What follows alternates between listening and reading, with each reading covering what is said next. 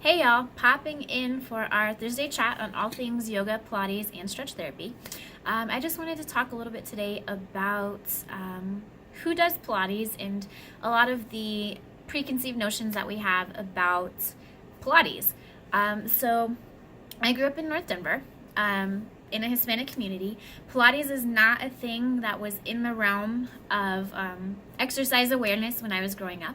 I was introduced to Pilates when I moved to Houston because I kept getting injured. I was doing a lot of running and a lot of weightlifting at that time in my life, and I kept getting injured over and over and over, and my doctor recommended that I do Pilates, and I had never, I'd heard of it in passing in relation to yoga, and I was already doing yoga.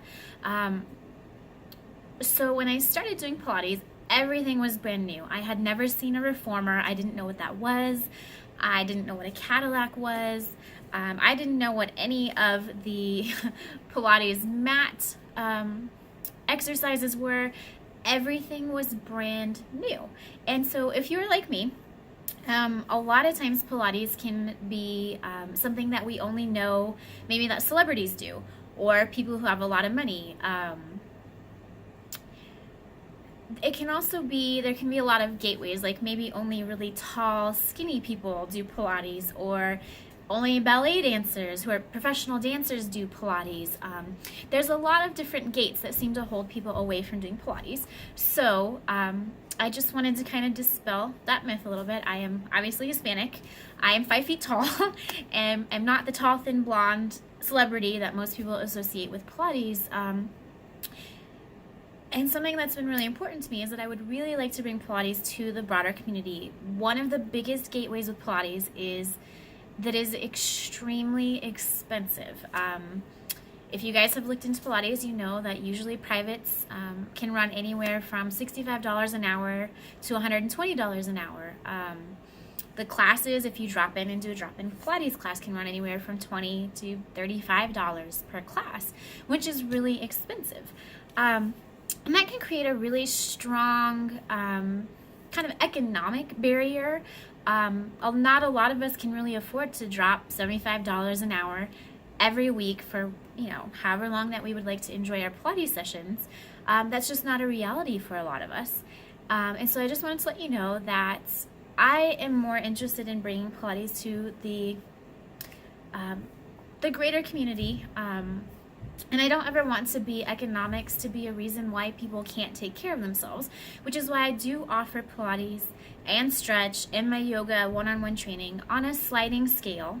And the reason for this is that I want everyone to get the benefits that I have received out of Pilates, and I don't want there to be any barriers. I don't want you to feel like your height or your weight or your economics or the fact that you're not a ballet dancer or a celebrity or anything like that to get in the way of you taking care of yourself. I believe that everybody really should have access to self-care.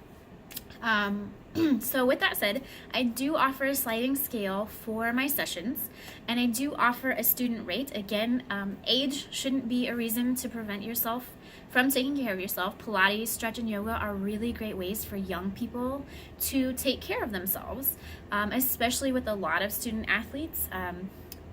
You run your body really hard when you're a student athlete. You take a lot of beatings, you do a lot of trainings, you don't spend as much time in recovery. So I do offer a pretty hefty student discount as well. And again, it's on that sliding scale. If you are a student athlete and you really can only afford to pay this much money, but you show up every week, I'm going to work with you. I want you to be in the studio. I want you to be getting those benefits. So I just wanted to take a few minutes today and kind of talk to you guys about what's important to me as a Pilates instructor. And I really want to bring that self-care, the Pilates, the stretch, and the yoga to the greater community, especially to people who may not be able to break into the classes for one reason or another. Maybe you don't feel comfortable working with a bunch of other people. That's okay. It's just me and you in my studio. There's not anyone else in here. Maybe it's uncomfortable talking to somebody about, hey, I really can't afford to pay this amount every session. Can you work with me? That can be really uncomfortable. So I do have that option set up, and that is something that we can talk about. It's something that's already built into how my business operates. So if you're interested, I would love to work with you. Please send me a message, leave me a comment, give me a call. And until next time, I'll see you later. Have a great week.